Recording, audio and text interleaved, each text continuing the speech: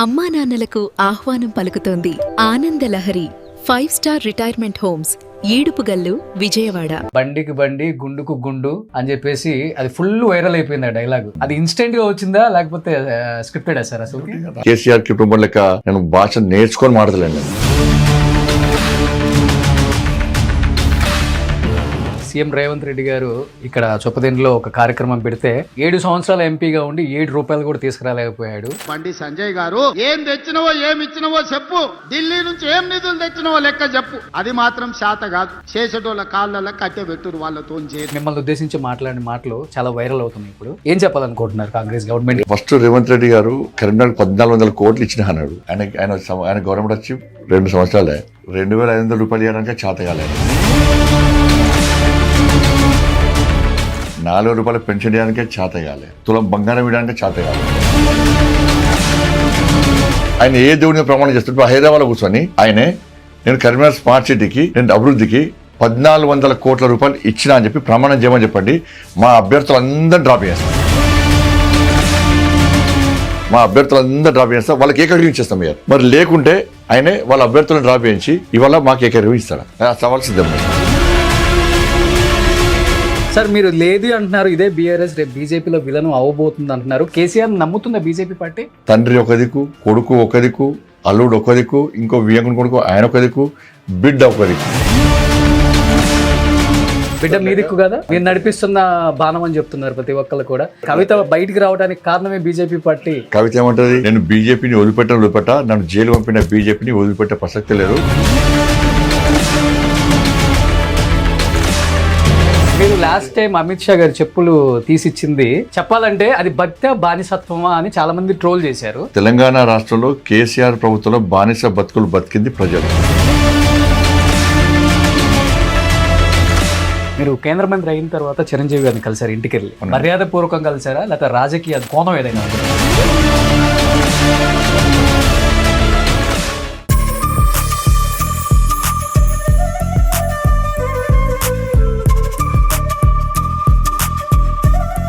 Hi hello, welcome to Suman TV. నేను మీ Roshan. So ప్రస్తుతం నేను కరీంనగర్లో ఉన్నాను.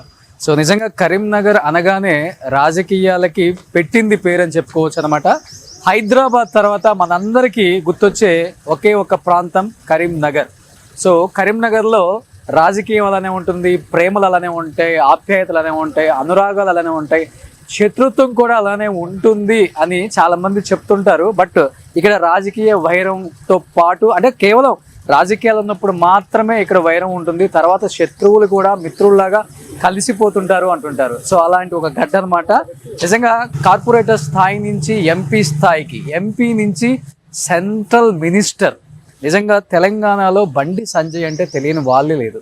ఎందుకంటే తన ప్రాసలు అలా ఉంటాయి, తన మాట్లాడే డైలాగులు అలా ఉంటాయి. ఎప్పుడు నిత్యం ప్రజల్లో ఉండటమే కాకుండా ప్రజా సమస్యల మీద పోరాడుతున్న ఏకైక, అంటే చాలా మంది పొలిటీషియన్స్ పోరాడుతుంటారు బట్ ఆయన ఎక్కువ కనిపిస్తారు. మున్సిపల్ ఎలక్షన్స్ లో కూడా వాడ ఇల్లు తిరుగుతూ ఈసారి గట్టిగా కరీంనగర్ మున్సిపల్ ఎలక్షన్స్ ని కైవసం చేసుకోవాలన్న ఒక దృఢ సంకల్పంతో చాలా స్ట్రాంగ్ గా తిరుగుతున్నారు. బట్ ఎస్, మీ అందరికి అనిపించుంటుంది కార్పొరేటర్ ఇల్లు అయితే కాదండి, సెంట్రల్ మినిస్టర్ బండి సంజయ్ గారి ఇల్లే. ఎంత సింపుల్ గా ఉంది చూడండి. దాదాపు 40 సంవత్సరాల క్రితం కట్టిన ఇల్లు. నేను ఇంటి లోపలికి వెళ్ళిన తర్వాత షాక్ అయ్యాను అన్నమాట. సాధారణంగా ఒక ఎమ్మెల్యే అయిన వాళ్ళు, ఒక ఎంపీ అయిన వాళ్ళు ఇల్లుని, వాళ్ళ లైఫ్ స్టైల్ని చేంజ్ చేసుకుంటారు, వాళ్ళ కార్లు, వాళ్ళ చుట్టూ ఉన్న పరిసరాలు. అందులో ఆయన కేంద్ర మంత్రి అయ్యారనమాట. సో కేంద్ర మంత్రి అవ్వకముందు కూడా ఎంపీగా ఉన్నారనమాట. ఎప్పుడు కూడా తన లైఫ్ స్టైల్ చేంజ్ అవ్వలేదు. వాళ్ళ బ్రదర్స్ కావచ్చు, వాళ్ళ మదర్ కావచ్చు, వాళ్ళ రిలేటివ్స్లో ఉన్న వాళ్ళ అక్క పిల్లలు, వాళ్ళ పిల్లలు, వాళ్ళ అన్న పిల్లలు ఎవరైనా కావచ్చు, వాళ్ళ వృత్తుల్లో ఉంటూ ఎక్కడా కూడా వాళ్ళ ప్రొఫైల్ని మేము ఇది అనేది చూపించుకోకుండా చాలా లో ప్రొఫైల్ మెయింటైన్ చేస్తూ వాళ్ళ తమ్ముడికి మంచి పేరు తేవడమే కాకుండా వాళ్ళ నాన్నగారికి, వాళ్ళ బాబాయికి మంచి పేరు తెస్తూ ముందుకు వెళ్తున్నారు అనమాట. అలాంటి బండి సంజయ్ గారి ఇంటికి వచ్చాను. మీరు ఒకసారి లోపలికి వస్తే అర్థమవుతుంది.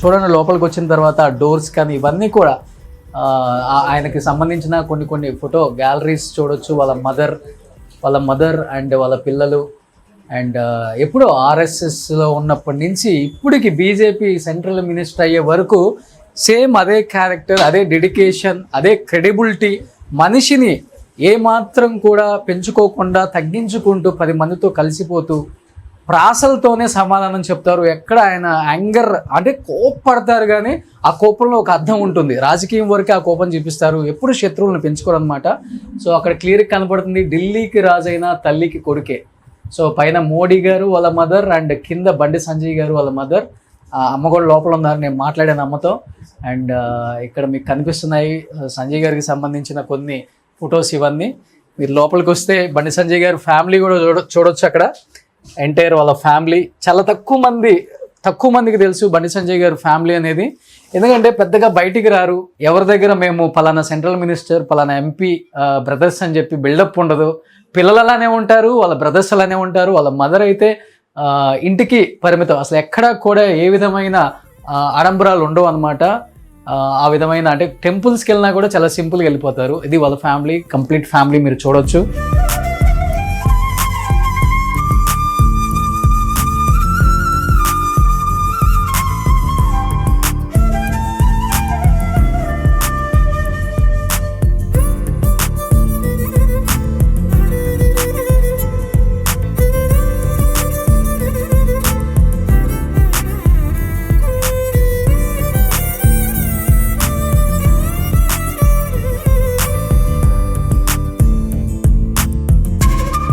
Hi hello, welcome to Suman TV. నేను మీ రోషన్. సో ప్రస్తుతం నాతో పాటు ఉన్నారు కేంద్ర మంత్రి బండి సంజయ్ గారు.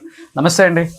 సో ఫస్ట్ మిమ్మల్ని అడగాల్సింది, రాజకీయం పక్కన పెడితే ఎప్పుడు నిద్రపోతారు, ఎప్పుడు లేస్తారు? నైట్ 12ంటికి కూడా 2ంటికి కూడా ఆన్లైన్లో ఉంటారు, మళ్ళీ 5 గంటలకు లేస్తారు, చాలా ఎనర్జెటిక్గా కనపడతారు. అసలు ఏంటి మీ సీక్రెట్ ఏంటి? అసలుకి సీక్రెట్ మనకు మొదటి నుంచి అలవాటు కాబట్టి రెస్ట్ తీసుకోవడం అలవాటు లేదు.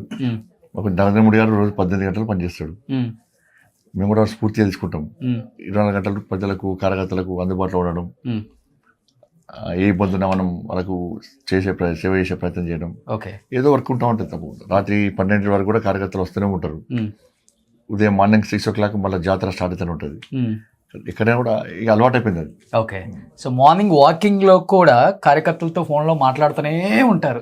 అసలు మార్నింగ్ టైము కాఫీకి కానీ, ఫ్యామిలీతో బ్రేక్ఫాస్ట్కి కానీ, డైనింగ్ టేబుల్ మీద టైం ఇస్తారా అసలు మీరు? అయితే పార్టీ ప్రజలు కావాలన్నా, ఫ్యామిలీ కావాలన్నా అట్లా చెప్పి ఫ్యామిలీ దూరం పెట్టడం కాదు. ఓకే. కాబట్టి మా శ్రీమతి గారికి, మా పిల్లలకి అలవాటు అయిపోయింది. నేను బయట టూర్ పోయినా కూడా నైట్ 12కి వస్తా. ఓకే. పిల్లలు పడుకుంటారు, మార్నింగ్ 6 లేసి వెళ్ళిపోతా. దాదాపుగా 15 years నుంచి 20 years నుంచి కుటుంబానికి దూరమే ఉండడం అవుతున్నది. ఇక వాళ్ళకి అలవాటు అయిపోయింది, నాకు అలవాటు అయిపోయింది. ఓకే. కోపం చూపిస్తారా ఇంట్లో? భయపడతారా మీ కోపం చూసి? అసలుకి నేను నాకెప్పుడు కోపం రాను. ఈ టీవీలో చూసి బండి సంజయ్ కోపం, నేను ఎప్పుడు కోపం కూడా ఎప్పుడు నవ్వుకుంటాను అనమాట. ఓకే. నాకు కోపం అనేది అసలే రాదు. సరే స్టేషన్లో ఉద్యమాల టైంలో అప్పుడు ఆ విషయం వేరు. బయట ఎవరు కోపడ మా కార్యకర్తలు అనేది అందరూ కానీ ఎవరు వచ్చినా నవ్వుకుంటా మాడతా, అందరు భుజం మీద చేసి మాడతా, వాళ్ళు ఏ బాధ ఉన్నా వింటా, వాళ్ళు సంధానిస్తా. తప్పు చేసినా ప్రజా కార్యకర్తలను కాపాడుకుంటా, తర్వాత వాళ్ళు సంధానించే ప్రయత్నం చేస్తా. ఓకే. ఆద్యాంతం ఫస్ట్ నుంచి ఎండింగ్ వరకు కూడా మీ స్పీచ్లు అంటే ఎవరు మిస్ అవ్వరు. మీకు యూత్ ఫాలోయింగ్ ఎక్కువ. యాక్చువల్గా చెప్పాలంటే మీ ఏజ్ గ్రూప్ వాళ్ళు ఎక్కువ ఉండాలి, కానీ 20, 15, 25 ఏజ్ గ్రూప్ వాళ్ళు మీకు ఫాలోయింగ్ ఫుల్ ఎక్కువ. ఎందుకంటే మీ ప్రాసలు చాలా బాగుంటాయి. డైలాగులు మీరు రాస్తారో అర్థం కాదు, లేకపోతే మీకు టీం ఉన్నారో అర్థం కాదు, మీ ప్రాసలతోనే చంపేస్తారు. లాస్ట్ టైం చెప్పాలంటే బండికి బండి, గుండుకు గుండు అని చెప్పేసి అది ఫుల్ వైరల్ అయిపోయింది ఆ డైలాగ్. అది ఇన్స్టెంట్గా వచ్చిందా లేకపోతే స్క్రిప్టెడ్ సార్? అసలు మామూలుగా నాకు స్క్రిప్ట్ ఉండదు.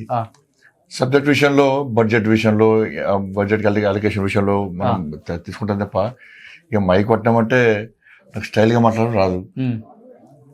నేను మీతో ఎట్లా మాట్లాడుతున్నాను, మామూలుగా పబ్లిక్ మీటింగ్లో కానీ, మీడియా ప్రెస్ కాన్ఫరెన్స్లో కానీ మామూలుగా రొటీన్గా మాట్లాడే తప్ప నాకు స్టైల్గా మాట్లాడడం రాదు. కాబట్టి అది ప్రజలకు అది ఆటోమేటిక్గా నచ్చుతున్నది. కేసీఆర్ కుటుంబం లెక్క నేను భాష నేర్చుకొని మాట్లాడలేను, నేను యాస నేర్చుకొని మాట్లాడలేను. నేను రొటీన్గా మామూలుగా ఇంట్లో మాట్లాడేది మా డైనింగ్ టేబుల్ అదే మాడతా, బయట పబ్లిక్ మీట్లో అదే మాడతా, కార్యకర్తలు ఇదే మాడుతూ ఉంటాను. ఓకే. సో ఇప్పుడు సీఎం రేవంత్ రెడ్డి గారు ఇక్కడ చొప్పదండిలో ఒక కార్యక్రమం పెడితే 7 సంవత్సరాల ఎంపీగా ఉండి 7 రూపాయలు కూడా తీసుకురాలేకపోయాడు. ఇంకేం డెవలప్ చేస్తారు అని చెప్పేసి మిమ్మల్ని ఉద్దేశించి మాట్లాడిన మాటలు చాలా వైరల్ అవుతున్నాయి. ఇప్పుడు ఏం చెప్పాలనుకుంటున్నారు కాంగ్రెస్ గవర్నమెంట్ రేవంత్ రెడ్డికి? ఫస్ట్ రేవంత్ రెడ్డి గారు కరీంనగర్ 1400 కోట్లు ఇచ్చిన అన్నాడు. ఆయన గవర్నమెంట్ వచ్చి 2 సంవత్సరాలే 2500 రూపాయలు ఇవ్వడానికే చేత కాలే ఆయనకు. 4 రూపాయలు పెన్షన్ ఇవ్వడానికే చేత కాలే ఆయనకు. తులం బంగారం ఇవ్వడానికే చేత కాలే. అసలు కరీంనగర్లో ఏ గల్లీలో రోడ్లు వేసిండు 1400 రూపాయల కోట్లతోని? ఎక్కడ పార్క్ కట్టిండు? ఆల్రెడీ మొత్తం కరీంనగర్ మొత్తం అభివృద్ధి చెందింది. ఇంకా గల్లీలో రోడ్లు ఉన్నాయి, ఇంకా ఇవ్వాల్సి ఉన్నది. ఇంకా ఇంత స్మార్ట్ సిటీ, ఈ కరీంనగర్ స్మార్ట్ సిటీకే 1400 కోట్లు ఇచ్చినట్టే వాళ్ళు నమ్ముతారా చెప్పండి? స్మార్ట్ సిటీ స్మార్ట్ సిటీ అని వాళ్ళు చెప్పుకుంటున్నారు కదా, ఎందుకు చెప్పుకుంటారు మరి? ఇప్పుడు బీఆర్ఎస్ వాళ్ళు చేస్తే ఢిల్లీ గవర్నమెంట్ వీళ్ళ ముఖాలు చూసిందా మోడీ గారు? నా ముఖం చూస్తాడా, వీళ్ళ ముఖాలు చూస్తాడా? స్మార్ట్ సిటీ ఇవాళ స్మార్ట్ సిటీకి కనీసం పాత ప్రభుత్వం మ్యాచింగ్ నటి వాళ్ళని కొట్లాడితే అప్పుడు ఈ స్మార్ట్ సిటీ అనేది నిధులు విడుదలైనాయి. డైవర్ట్ అనే నిధులు కూడా మళ్ళీ తీసుకొచ్చాం. సరే, బీఆర్ఎస్ గవర్నమెంట్ స్మార్ట్ సిటీ అంటున్నారు. మరి ఇక్కడ ఎందుకు అభివృద్ధి చెందింది? మరి వరంగల్ పరిస్థితి ఏంది? వరంగల్ కూడా స్మార్ట్ సిటీ. వరంగల్ ఒక రోడ్ లేదు, ఒక మోరీ లేదు. వరదలు వస్తే మొత్తం వరంగల్ మొత్తం మునిగిపోతుంది. కరీంనగర్ స్మార్ట్ సిటీ ఎందుకంటే ఇక్కడ బండి సంజయ్ ఉన్నాడు కాబట్టి హైదరాబాద్లో జరిగిన మీటింగ్లో కొట్లాడి డైవర్ట్ అయినటువంటి నిధులను మళ్ళీ తీసుకొచ్చి కరీంనగర్ కేటాయించే విధంగా నేను గొడవ చేసిన కాబట్టి వారం రోజుల లోపల కరీంనగర్ కేటాయించిన నిధులు తిరిగి ఇవ్వకుంటే ఇంట్రెస్ట్తో సహా వసూలు చేస్తా అని చెప్పి మినిట్స్లో రికార్డ్ చేసిన కాబట్టి అర్బన్ డెవలప్మెంట్ కమిటీ స్టాండింగ్ కమిటీలో అప్పుడు నిధులు విడుదలైనాయి. దాని ద్వారా ఇవాళ అభివృద్ధి చెందింది. రేవంత్ రెడ్డి గారికి అసలు కరీంనగర్ స్మార్ట్ సిటీ అయిందా కూడా తెలియదు. ఇలా అభివృద్ధి చెందిన దాన్ని ఈ స్మార్ట్ సిటీకి రేవంత్ రెడ్డి ఇచ్చేది మేము తీసుకునేది, కరీంనగర్ ప్రజలు తీసుకునేది. ఇవాళ ఆయన గెలిచి 2 సంవత్సరాలే. అసలు ఆయన ఏ దేవుని ప్రమాణం చేస్తుంటే హైదరాబాద్లో కూర్చొని ఆయనే నేను కరీంనగర్ స్మార్ట్ సిటీకి నేను అభివృద్ధికి 1400 కోట్ల రూపాయలు ఇచ్చినా అని చెప్పి ప్రమాణం చేయమని చెప్పండి, మా అభ్యర్థులందరూ డ్రాప్ చేస్తా. కరీంనగర్ అభివృద్ధికి మా అభ్యర్థులందరూ డ్రాప్ చేస్తా, వాళ్ళకి ఏకగ్రీవించేస్తాం అయ్యారు. మరి లేకుంటే ఆయనే వాళ్ళ అభ్యర్థులను డ్రాప్ చేయించి ఇవాళ మాకు ఏకగ్రీవిస్తారా? సవాల్ సిద్ధం. నేను రేవంత్ రెడ్డి గారి మాటలు అసలు జనం నమ్మతలేరు. ఎందుకంటే ఈ మాయ మాటలు ఎలక్షన్ అప్పుడు గాడి గుడ్డు పెట్టి దింపాడు. ఇవాళ గాడి గుడ్డు కూడా ఇచ్చే పరిస్థితి లేదు. ఏడవేనా కనీసం వాళ్ళ నాయకులు కరీంనగర్లో ప్రచారానికి తిరిగే పరిస్థితి లేదు. ఒక్కరికి 2 బీఫామ్లు ఇచ్చారు, ఒక్క డివిజన్లో 2 బీఫామ్లు ఇచ్చారు. రన్నింగ్ కాంపిటీషన్ పెట్టారు. ఎవరు ముందు పోయి సబ్మిట్ చేస్తే వాళ్ళకే బీఫామ్. కాబట్టి వాళ్ళకే చక్కగా లేదు. ఇవాళ కరీంనగర్కి పైసలు ఇచ్చినట్టే ఎవరు నమ్ముతారు? ఇవాళ నిజంగా 1400 కోట్ల రూపాయలు ఇస్తే బీఆర్ఎస్ వాళ్ళు స్మార్ట్ సిటీ పట్టుకొస్తే ఇవాళ వాళ్ళు ఎందుకు చెప్పుకోలేకపోతున్నారు? మేము ఇది చేసినాం అని ఎందుకు చెప్పుకోలేకపోతున్నారు? వాళ్ళ మాటలు ప్రజలు ఎందుకు నమ్మతలేరు వాళ్ళ మాటలు? అంటే సంజయ్ గారు లాస్ట్ 10 సంవత్సరాల కేంద్రంలో మీరే అధికారంలో ఉన్నారు. ఇక్కడ కరీంనగర్ అంటే బండి సంజయ్ అంటే కరీంనగర్ అంటారు. అలాంటిది మీరు ఎందుకు మున్సిపల్ కైవసం చేసుకోలేకపోయారు? ఎందుకు నమ్మలేకపోతున్నారు? ఒక్క అవకాశం ఏమన్నా ఎందుకు ఇల్లు తిరుగుతున్నారు ఈరోజు? మేము ఇవాళ బాజప్తా కరీంనగర్ స్మార్ట్ సిటీకి ఇవాళ నిధులు తీసుకొచ్చినాం కాబట్టి నమ్మట్లేదు.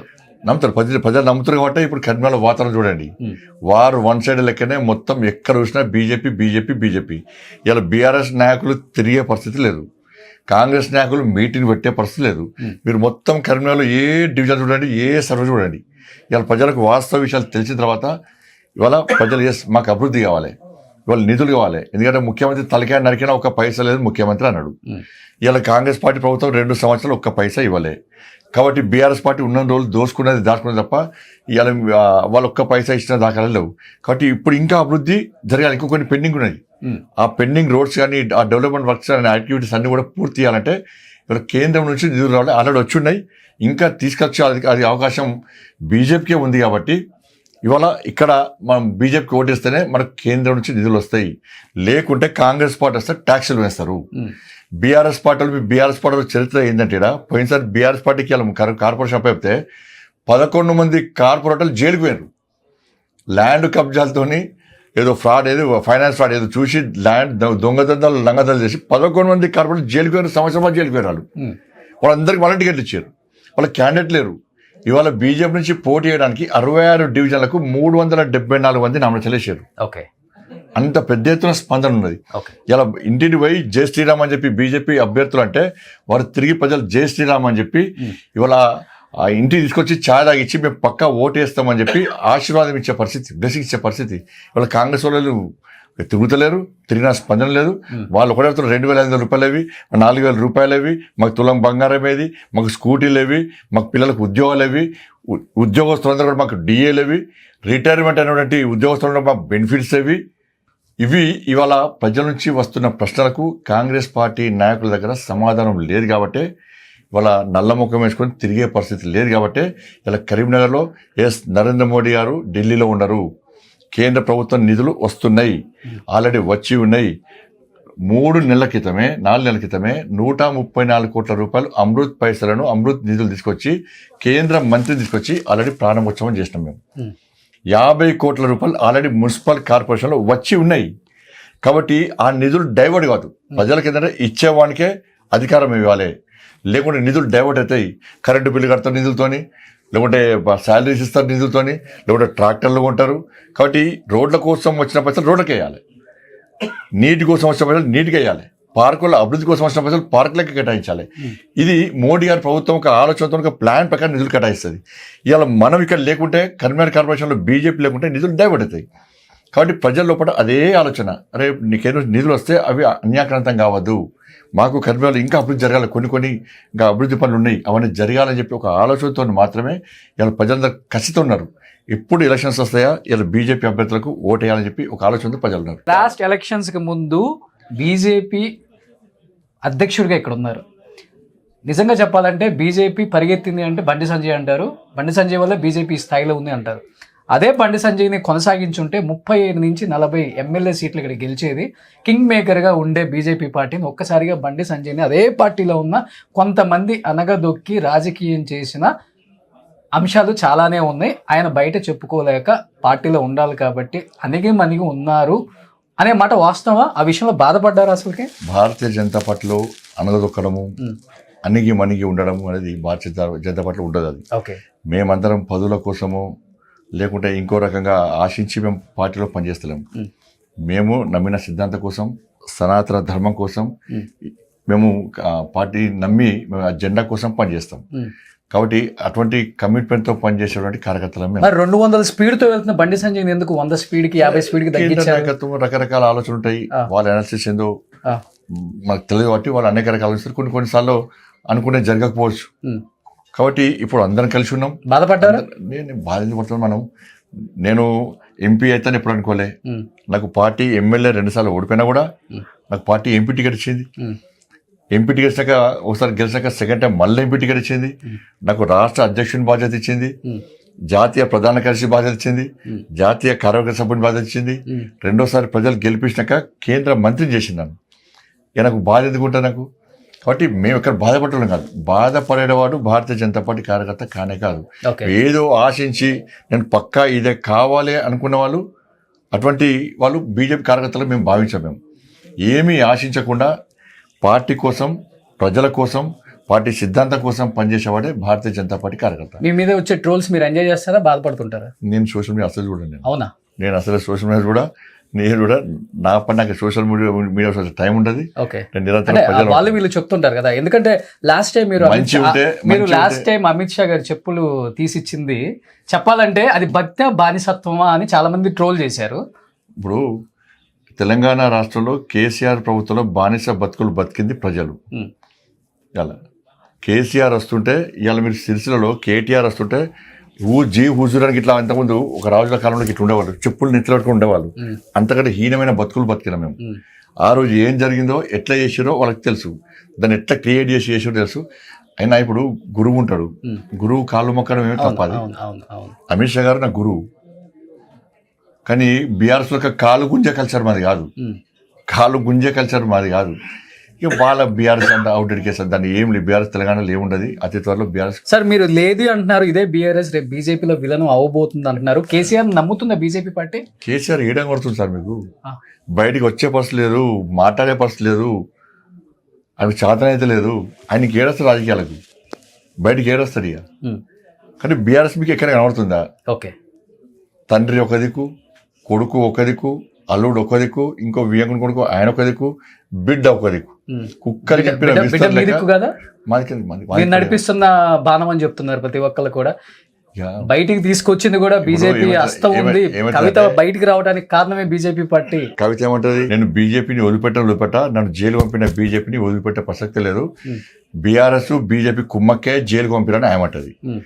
ప్రతి ఎలక్షన్స్ అప్పుడు కూడా ఇదే కామెంట్. ఏమంటారు బీఆర్ఎస్ ఏమంటారు, కాంగ్రెస్ బీజేపీ ఒకటే అంటారు.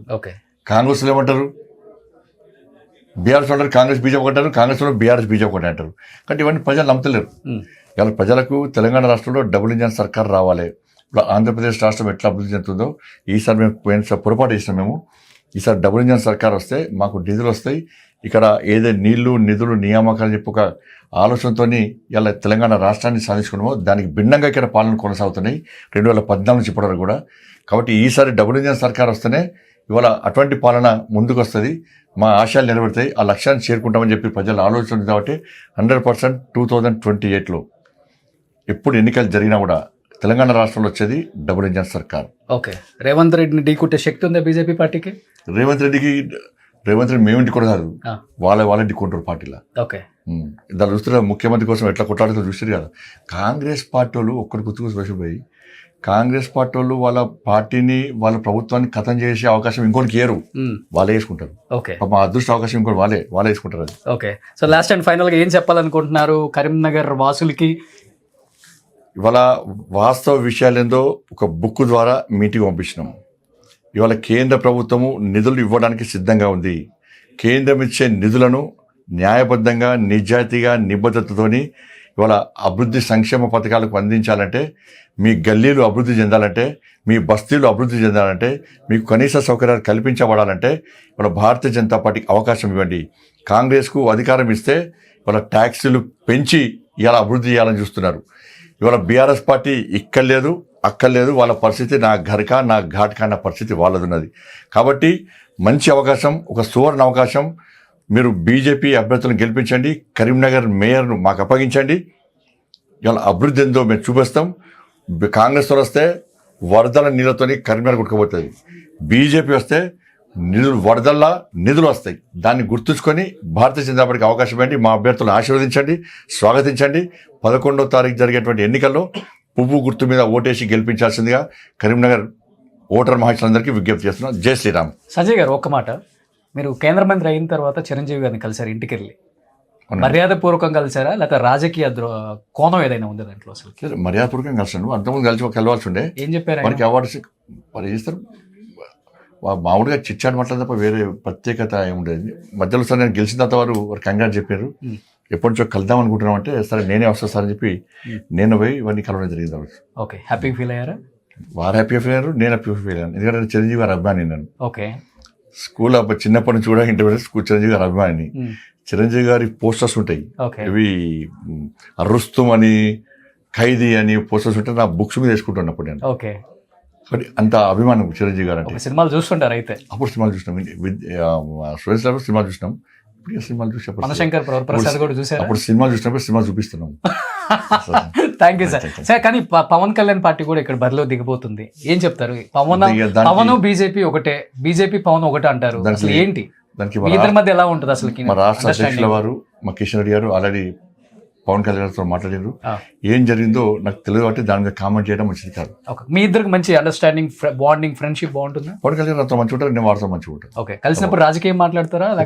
బయట మీటింగ్లో వచ్చుకుని తప్ప పర్సనల్ ఎప్పుడు కలవదు. ఒకసారి స్టార్టింగ్ అధ్యక్షుడు వేరే తప్ప మళ్ళీ ఇప్పుడు కలవలేదు. Okay, thank you sir, thank you so much. Busy schedule లో కూడా మీరు అంత దూరం వచ్చారు. మీరు thank you so much. Thank you. Suman టీవీలో మీ పర్సనల్ అండ్ బిజినెస్ ప్రమోషన్స్ కోసం కింది నెంబర్కి కాంటాక్ట్ చేయండి.